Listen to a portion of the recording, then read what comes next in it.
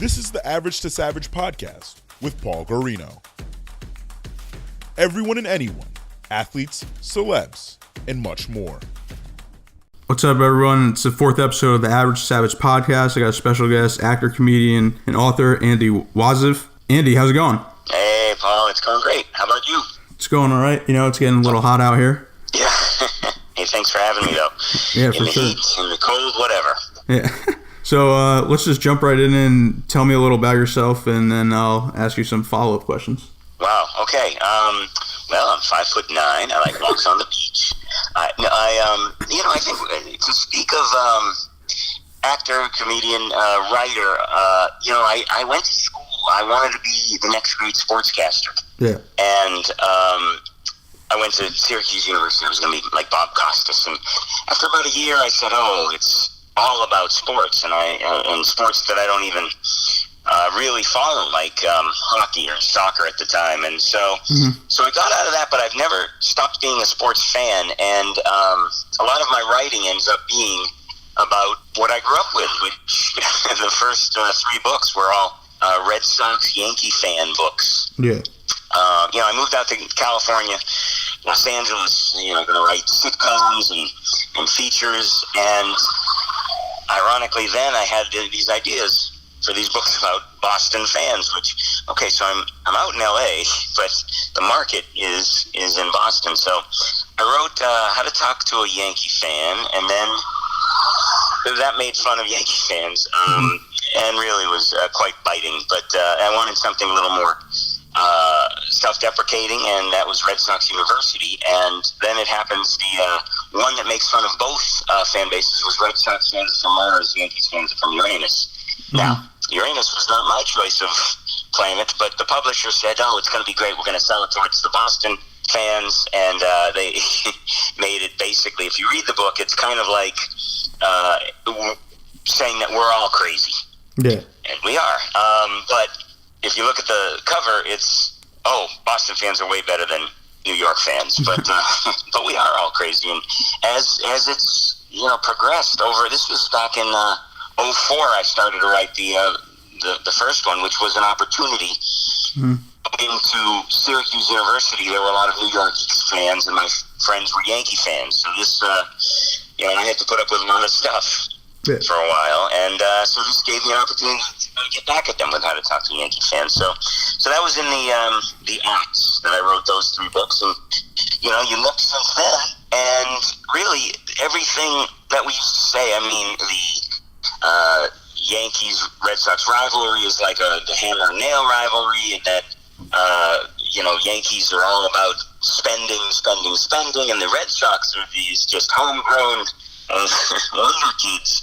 And now you see who's got the largest payroll in the league, and so things have changed. But then I went on, and I've written some screenplays, One Good Option, and it went through the Hollywood development track, which it's just like a roller coaster ride, and there's no guarantee that the ride ends back at the platform. It might actually be a cliff.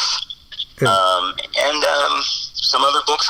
One is Adult Puberty, which was a fun little piece, and did a short film on that with Golden Globe award winner Barry Bostwick. Was fun. A parody of those 1960s sex ed videos, except this one about going from middle age or entering middle age. So, and then, I've been writing always with sketches, and I'm writing plays and putting together a stage show, hopefully with some comedy. Well, definitely with comedy, but hopefully that'll be on stages soon enough. So that's all you got. So after you left Syracuse, you became a comedian first, right? Correct. Yeah, it was a way to put myself out there. You go out to LA, and there's everybody, I'm got this, and I'm doing this, and well, look at me here. And, I was sitting at home working on what's called a spec script, which is you take a TV show that exists and you do your version of it. You do as if it was seen on next Thursday at 8 on NBC, must-see TV. You've written it, and you hope that people look at it and go, wait, did this really air? So you put in the same characters and make it professional, and you do that on the side, and then you try to shop it around to agents and say, hey, look how good I can write. But I looked at the paper, and there was an open mic comedy, 3 minutes, and you get there at 7 p.m. and at the Laugh Factory, world famous Laugh Factory. So yeah. I said, I'll try that. I can do 3 minutes. I did it a couple times in college. Something I'd rather forget, but still. And then you show up at 7 p.m. and they go, no. You have to. That's when the show is. You have to sign up throughout the day. It's where the first 20 people to sign up. I said, when do they first start getting there? I don't know. And people at the club were like, we get here at 2, and there's already people in line before 2. And then you talk to another comedian who's like, I was here at 7 a.m. So they're like, for 3 minutes, I'm going to go and wait on the sidewalk for 12 hours. And yeah, that was it. Just to promote my writing, and you get to meet, the reason the Laugh Factory was good, you get to meet the owner. He would critique your act if he was in town. Gotcha. And he was a comedy manager. He represented some famous people. And, he'd bring you over after, you, buddy, you do something with your eyebrows. You have great eyebrows. You must make emotionalness in your face. That's what I want to see. And you'd come back 3 weeks later going, what the hell? What is he talking about? And you try it again. And he goes, you come back 3 weeks, tell more about your family. And, okay, and you just keep going through that, and you realize, okay, you're not going to be working with him. But that became stand-up there, and then at other clubs, and you make other friends. And then I ended up going on the road for 2 years, which, not 3 minutes, you get a half hour, and you hope that the crowd is not talking that night, because if they don't like you, like when I was up in Modesto, California, where Raider fans are sitting, and you realize they're not laughing, and that's a bad thing. Yeah. Oh, you're on parole. That hit a little too close to home. I'm sorry about that. So what made you decide to start writing books? Yeah, it was a chance to okay, so if you knew about script writing and sitcoms and features, they're all different. And comedy sketches, they're all very scientific. They have a beginning, middle, and an end. And meanwhile, as a comedian, and just as an observer of life, I'm writing out of the observations, and you start to tell things, and you start to have a rant going on in your head, or just a run of something on whatever the subject is. And so I used to love the books put out by comedians. Woody Allen, Steve Martin, Jon Stewart even did one, Naked Pictures of Famous People. And they were just short 20 essay or sketches throughout, 20 entries in a book, something like that, and a few pages each. So I went on the road to do comedy, and I wrote a book. I left my day job, and they say don't leave your day job, and I would actually I'd recommend not leaving your day job, but I did it anyways. And so I wrote a book. I said I'm going to sell this on the road, and you realize people coming to comedy clubs don't really read. That's why they're going to comedy clubs. So so I still have boxes of books from the year 2000, 2001, and but it was a chance to just put everything down that I had an idea for, and I thought would get a laugh, and that's basically always been my goal, is to do, when I mention the stage show, it's just to entertain people and do what I think is funny and what I think is going to get people laughing. And if it's a book, and again, a book is not, for me, it hasn't had to be as scientifically crafted. Now I'm writing a novel now, and there does need to be a little bit more following of the rules. You can't just write a blog entry for 300 pages and then I did this and then I did that. You need characterizations and plot points and twists and turns, and that's a little bit more regimented, but you can still kind of, if your chapter, it doesn't have to end, the script has to end on page 110. A book can go a few extra pages. You talk about this, you put this in, take that out, and some especially when it's just me talking about comedic things, like one of the shorts I've always loved is called Thor's Exploration, and it's Thor leading the Viking ships from Scandinavia all the way to the New World, after just running out of their, I mean, they're miserable and they're running out of their rations, and they're sick, and they hate each other, and they are so happy they get to the new land, and they kiss the ground that they're there, and someone says, all right, now that we finally made it, we have to get word to our brothers that we're safe and how that they can join us. And then they realize the only way to do that is to get back in the boat and sail back to tell them we made it. Yeah. So, just a funny little shtick, but that's what I like. Gotcha. Any audiobooks coming up from your book? Oh, yeah, see, this is where I could use your help. I would love to do these versions in an audiobook. I did one that was, I think that would be great, called, it was a book of my personal essays of humiliation called Not the Life for Me. Like the time I got deported from my home, almost got deported. Well, officially I think they were trying to deport me, even though I grew up here and am officially an American citizen. So it's essays like that, and then the time well, let's see. So when I drove through town without any brakes, that's the first entry. And so that's a book that would be great on the audiobook, and I just need to sit down and get in the studio. And I went to Midas and to fix one of my brakes, and they said, oh, if you do the left, you gotta do the right.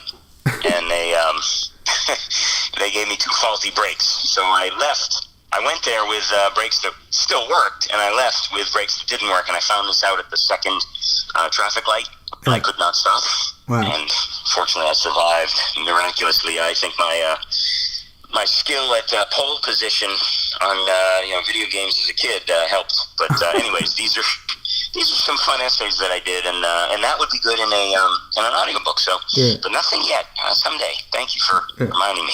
Yeah, for sure. No, I know it's just getting bigger and bigger now with audiobooks and podcasts and stuff like that. People don't want to read. Yeah. They want to just be more passive. So. Yeah. Personally, I don't like reading either. So. Yeah, I know, right? That was always I would read through an article. I'd read the captions. Any picture, I'd find the caption and go, all right, I'm good here. Yeah, pretty much. So, what was your best-selling book so far? The bestseller is, and it actually was called the Boston Globe bestseller. The Red Sox Fans Are from Mars. Yankees Fans Are from Uranus. Gotcha. So it wasn't New York Times bestseller, or you just didn't accept that award? No, right. No, I wasn't allowed because they want me dead there. No, no. It is funny though. That was the afterthought.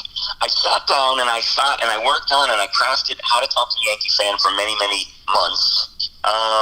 In my head, I mean, that was just like building up. And then from there, I said, let's do something on Red Sox fans. And there was a lot of material for Red Sox University. The publisher, before Red Sox University was about to hit the shelves, it hadn't been on the shelves yet, and they said, you need to do another one. I said, I don't have anything else to talk about. So obviously, you go to the bookstore, you get inspired. Again, not reading the books, but the captions or the titles. Yeah. And I saw Men Are From Mars, Women Are From Venus. I said, all right, there we go. That's something that... So it was the afterthought I put together. You kind of repackage, repurpose, but take it in the template that was Men Are From Mars, Women Are From Venus. And it ended up being the bestseller. An interesting point that I've figured out, people would rather hate than love. Yeah. Because Red Sox University is kind of just a tribute to Red Sox fans. Didn't sell as well as, how can we get those Yankee fans? These are great gifts, holidays, birthdays, and nobody wants to know about themselves. They want to bash the other team. So that's How to Talk to a Yankee Fan and Red Sox Fans Are From Mars. We're the 2 big ones, but that one I'm grateful for. So, and it just came about because the publisher said do something else. Well, yeah, that makes sense, even though it doesn't make sense, but it makes sense. Yeah, I know. Isn't it unfortunate? We should be brought up to love. Yeah, I guess that's not in U.S. vocabulary. Yeah, no kidding. But before we get too political, USA, Red Sox.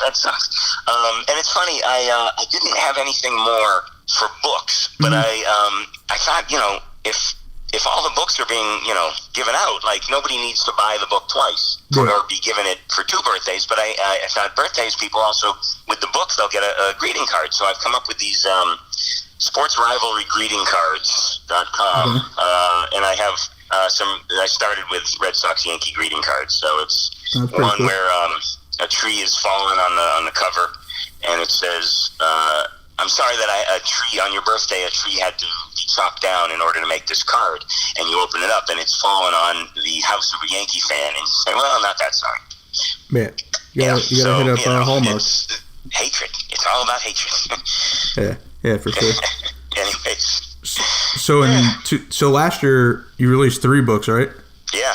And last year was, there were 3 books sitting in, I like to call it, in the queue. You looked at files, and after writing for so long, there have been times when I've written projects, and I'm not saying these projects all sold. Most of them have not. You just keep writing, and you get in, like, churning out, like, you're in a squirrel wheel, just running, and, something squirts out. A book squirts out there, and you forget our script. And so I was looking at files, and I was like, what is this? The fallback plan? What the heck? And, it's a script I wrote that I forgot all about. But also, there were books which were half done. Yeah.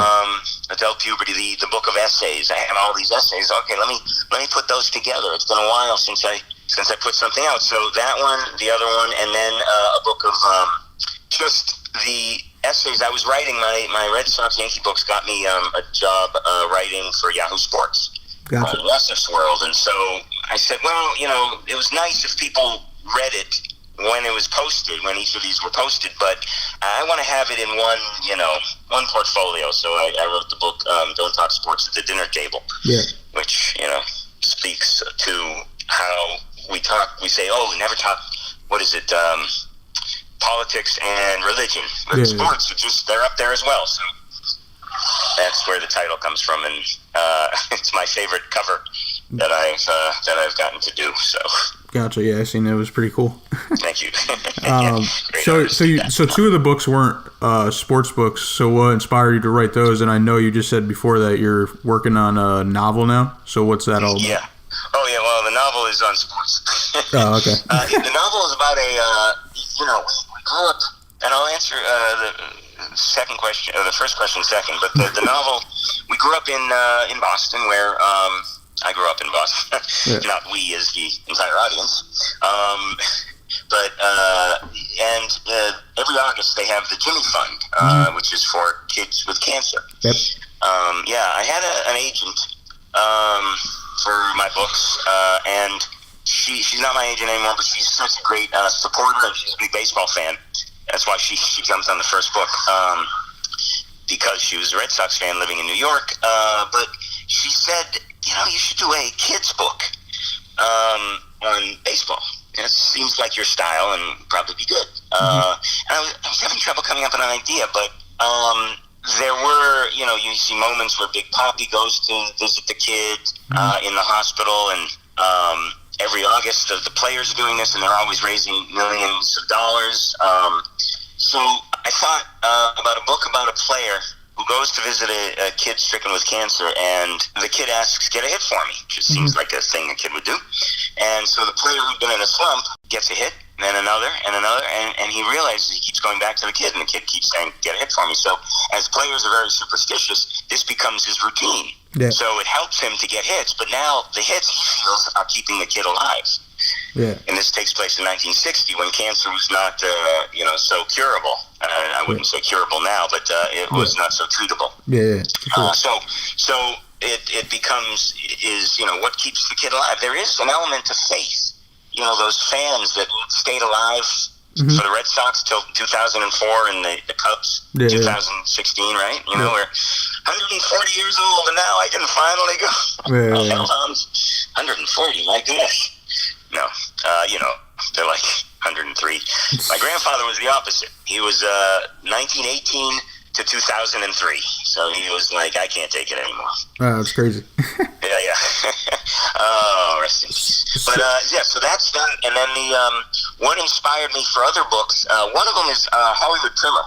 And that is when, since I lived in Hollywood for a long time, you begin to pick up, so much of the culture. That's the same thing with the Red Sox, Yankees, knowing every aspect, every moment, the understanding, the subtext and the subtleties, and that's what Hollywood became. So I said, let me just do the same thing I did, except that with the Red Sox Yankees books, let me do it for living in Hollywood. Mm-hmm. Again, with humor, underlying meanings, because people think in Hollywood, when you say, it's interesting, if you say, hey, Paul, let's do lunch, which is a thing, let's get lunch, let's grab lunch, let's do lunch, you go, yes, we'll probably get lunch together. But if we say, yeah, let's do lunch, let's definitely do lunch, once you put in definitely, it is the negator. That means definitely 100% we're not getting lunch. And people, you start to pay attention to it, and you notice, I say, right, that's my theory. And then you put it, the hypothesis, and you start to talk to one person, and he says it. You go, that's interesting. That's what I was thinking. And then another person, and they're like, okay, is everybody just messing with me? Yeah. Because did you all get together? Because that's what it is. When you say definitely, yeah, definitely. You realize, we're not getting lunch. Yeah. In Boston, in the Northeast, New York, I don't like you. We're not getting lunch. But out there, it's, no, definitely, yeah, I'll definitely set it up. Nope. Okay, so that's why I wrote that. It just, there were too many instances there. I'm like, there's about 180 pages worth of that. Yeah. So, that's how a book comes up. Gotcha. Yeah, you could write a million of those if you're living in different parts of the country. Exactly. If I had all my life, I would be writing all the sports fan rivalries and all the, just when people move to, who knows, Memphis. I'm sure there's stuff about Memphis. Yeah. Oh, it's this great Memphis primer. Yeah, for sure. Also, I wrote the book, and I was calling it Hollywood Primer. Apparently, it's pronounced primer, which I found out after it came out. So, just a little English lesson for you. So, let's just jump into some baseball questions, unless you got anything else more to say about books. I have nothing else. Do you know when that new book is coming out, or not yet? No, that is at the beginning of the process. The research is done. I talked to doctors in that's Israel, and then the Children's Hospital in Los Angeles. Find out, okay, what can I get away with? Yeah. It's funny. The doctor I talked to in Children's Hospital in LA, also he was great because he'd consulted on a movie before. I don't know if you remember, Before Our Time, really. Boy in the Plastic Bubble was John Travolta. Mm-hmm. Do you remember that? But yeah, okay. So that movie, and so this Dr. Siegel, I believe, he consulted on that, and he watched the movie, and he said, or he saw the script, and he said, I see what you've done. I'm not sure it would be okay if the boy had sex in the bubble. And the screenwriter goes, listen, Doc, you stick to curing kids, and I'll stick to movie writing, okay? So for all that you see that's, got to be accurate, you can also take some liberties. Yeah. So anyways, I'm at that process of just, juggling a few projects, but one of them is the novel, and hopefully it'll be done in about 6 months or a year, depending on how fast I can get to it. And that's only a first draft, so yeah. So how long does it usually take for like a full book to be complete and published and released? Yeah, it's funny. Depends on what your brain has accumulated. Yeah. There is the first Red Sox book, I think, was written in 6 weeks, because it's just like, yeah, you already knew. Here are all the ideas. Just what I call the crap draft. Yeah. Put them all out there, and then you start to chisel. You've got a big block of clay, and then, you start to chisel away at that. But, a screenplay is about 6 months, and, that's about 110 pages, like I said. So you do a sitcom on 30 pages, give or take, 30, 32, 35.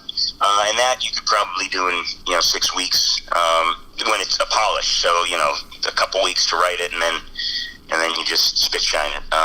But if you're working on a show, you don't have that kind of, you're always juggling, either rewriting somebody's script or writing yours. So you have about, a week or two. Gotcha. Yeah, and it's doable. Yeah.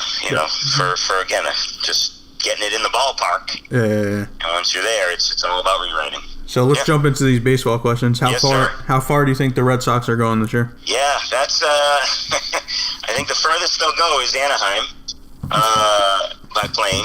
But oh god, they are a talented team. There's something missing. So I think I see the ALCS as a sticking point. Now, Dombrowski could make some move at the deadline, but I wonder if you see them as well as just, I mean, the David Price are lacking, which I never liked David Price, solely because he does poorly in the playoffs. Yeah. And they say, oh no, this guy's a gamer, he's a former Cy Young winner. Yeah, and now he's not even doing well. Plus, he was, how old was he when they signed him? Around 30. So, or right before 30, because ironically, they gave up John Lester. Mm-hmm. You know, they didn't sign him so they could go out and get the price. And Lester was named the pitcher of the week in the NL. Was that, I mean, we got Sale, but it's a problem. So, I love that they're hitting, but, and they seem to be having fun. That always is the key. To have, the team is having fun and not as robotic as they've been, or the old Red Sox with 24 caps, 24 players of the 80s. So there is that, but it seems nowadays you need a natural disaster or a tragedy in order to motivate the team, to galvanize the team in the city. But we don't want that. We just want to win. So I'll say ALCS, and the Yankees do worry me. So you saying they're only going to the ALCS? I think that would be reasonable. I think that's a good goal. The World Series is also a good goal, but that's when you throw regular season records out the window. Yes. And you just hope that you've got, that Sale and Porcello.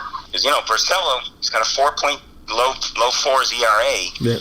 And that's your, always with many wins, but giving up 4 runs in the playoffs, assuming that he sticks to that, is not, your best bet. So that leaves, in Sale in October, he's the guy weighs $112, soaking wet. So you hope that his arm holds out. I know Pedro's used to do fine, knock on wood, but until later. But we'll see. So that's my prediction. Lock it down. So who's your World Series prediction? Yeah, that's a good question. You can eliminate not Seattle. I think they're a little playing above their pay grade right now. I love Terry Francona. I never put it past them that they could make a run, because last year they didn't. Mm-hmm. I'm not going to think the Dodgers get back there, but it's kind of look at how I hedge on all this. Like this is probably why I'm not on ESPN, because they're like, it's a 30-minute show. You've got to make a prediction. Yeah. But Houston, they are really good. And I always hate to something always happens. I always hate to choose the repeat champion. Hasn't happened in a long time, but I mean, these guys, they seem they want to repeat, and I think they can do it. But outside of that, Atlanta's coming on. They in a couple years, that would be an easy pick for me. But all right, so let's just say anybody but the Mets. There you go. That's my prediction. So Houston versus anybody but the Mets. Yes. I think Houston's going to win, and the Red Sox will make the ALCS. So Houston and the Yankees, perhaps. I think. Yeah. Yeah. And I like Dodgers and Angels. I mean, the Angels, have a lot of fair weather fans, but they've since held on to a few since 2002. So that's enough for me to like them, and I love Mike Scioscia, so why not any of the Southern California teams can make a run, and I would support that. What about your MVP predictions for NL, AL, and AL and NL? Oh boy, the AL, I think you got to go. I think Mookie. I was gonna say JD Martinez. Oh my gosh, that's good point. Can you imagine how much? $125 million for what he's doing, and what is that? A third of what Stanton is getting? Yeah. Yeah, and but Mookie. I mean, Mike Trout is great, but the NL. Oh, that one. Harper's not pulling his weight this year, is he? Yeah, no. No. Down like two something. Gosh, I think that's a toss-up. Yeah. I can't even. That's going to be interesting. I got Paul Goldschmidt coming back. Yeah, because right now, he's on fire right now. Right, exactly. But he was a little slow. But I mean, Goldschmidt is great. I think he's one of the most underrated in the league. Absolutely. And you know, the Dodgers talk about, you know, any of their fellow NL West teams, like the, you know, Yankees talk. Oh, we'll have him next year. Yeah, or, yeah. oh, wouldn't it be great? You know, he'll sign with us definitely. So I think Dodgers are looking when his contract's up. But I hope they stick around. Arizona, they could make a run, and he would be a major factor. But he'd have to show up in the playoffs as well. And I know he had some trouble last year. So my last question is, I'm from Connecticut. So what kind of fan do you think I am? Depends. There is the Munson-Dewey line. There's the Mason-Dixon line for the north-south, and the Munson-Dewey line for Connecticut. So it depends on if you're on the west side of the Munson, and it's basically the Connecticut River down through Hartford. So which side are you on? I'm in southern Connecticut. Southern Connecticut. Ooh, okay. So this one's tricky. I'm just gonna take a stab and say you're a Yankee fan. Yep. Yeah. How'd you know? How did I know? But it's about love. You know, I think if you read the Yankees fans, you're not from Uranus. I know that. Yeah. You're from Connecticut. They're different places. So it's you know, and again, it's I want the battles again. I want Pedro throwing at somebody. I want Kareem Garcia attacking a guy in the bullpen or something like that. Bullpen worker, because he's jawing at him. You know, you want Don Zimmer to be body slammed. You know, maybe not that violent, but Jabba Chamberlain and Kevin Youkilis. I think the other problem is a lot of them are like friendly and friends now, like just in general. Yeah. But it was then, and not any of them have steroid rage like Roger Clemens throwing a ball at like the Atza. But no, you want something that spurs. Well, okay, selfishly it spurs book sales, but at the same time, it adds. There are 18 games a year that they're playing with each other. I mean, when we grew up, it was, I think, 6 and maybe 12, which, you know, made it more, and now it's just watering it down. It made it more intense back then.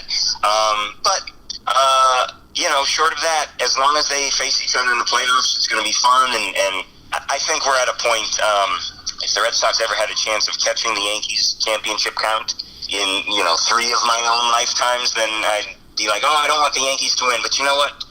If you guys win and then we win and you guys, it's all water under the bridge. It's just, you know, make for a good season, and let's enjoy, and then let's talk a little trash while we're at it. Yeah, I'm hoping for the Yankees Red Sox ALCS this year. There you go. Right. Well, that would be nice, and that's. I mean, obviously it depends on the seeding, but yeah. Oh, good point. Wait, could they? Because they're in the same. Oh yeah, it could actually. I lied. It could only be in the ALCS, anyways. Doesn't matter, regardless that's right. of the seeding. Yeah, right. Yeah. So there you go. You lied. Yeah. No, that's but it's trying to figure out what they're doing and you know what they might do. I mean. You know, coming down to 7 innings, perhaps. You know, it's which I don't think they will, but just to keep the kids engaged. I still love going to the ballpark and just enjoying for 9 innings. I might zone out for 6 of the innings, but hey, just being there, it's a great thing. I appreciate you coming on the show. And where could people find you, and where could they find your books? Oh, yeah. Thanks, Paul. It was my pleasure. Thanks for having me. Amazon.com. Just type in my name, Andy, and Wasif is WASIF. That was if put together. And also check out sportsrivalrygreetingcards.com and wasifsworld.com is my all-purpose go-to, see everything I'm working on and all the stuff I've done. So it's my homepage. So. Got it. I'll be putting it in the bio, the link. All right, thanks, man. Yeah, I appreciate it. It's fun.